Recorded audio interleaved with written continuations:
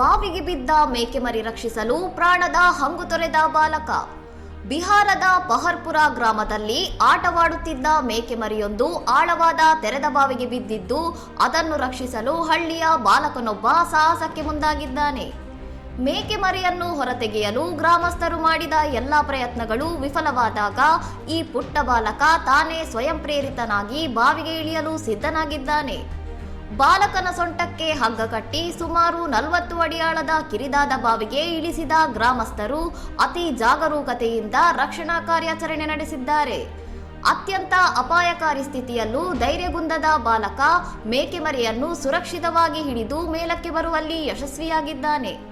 ಅದೃಷ್ಟವಶಾತ್ ಬಾಲಕ ಹಾಗೂ ಮೇಕೆಮರಿ ಇಬ್ಬರು ಪ್ರಾಣಾಪಾಯದಿಂದ ಪಾರಾಗಿದ್ದು, ಬಾಲಕನ ಈ ಕಿಚ್ಚೆದೆಯ ಸಾಹಸದ ವಿಡಿಯೋ ಈಗ ಸೋಷಿಯಲ್ ಮೀಡಿಯಾದಲ್ಲಿ ವೈರಲ್ ಆಗಿದೆ.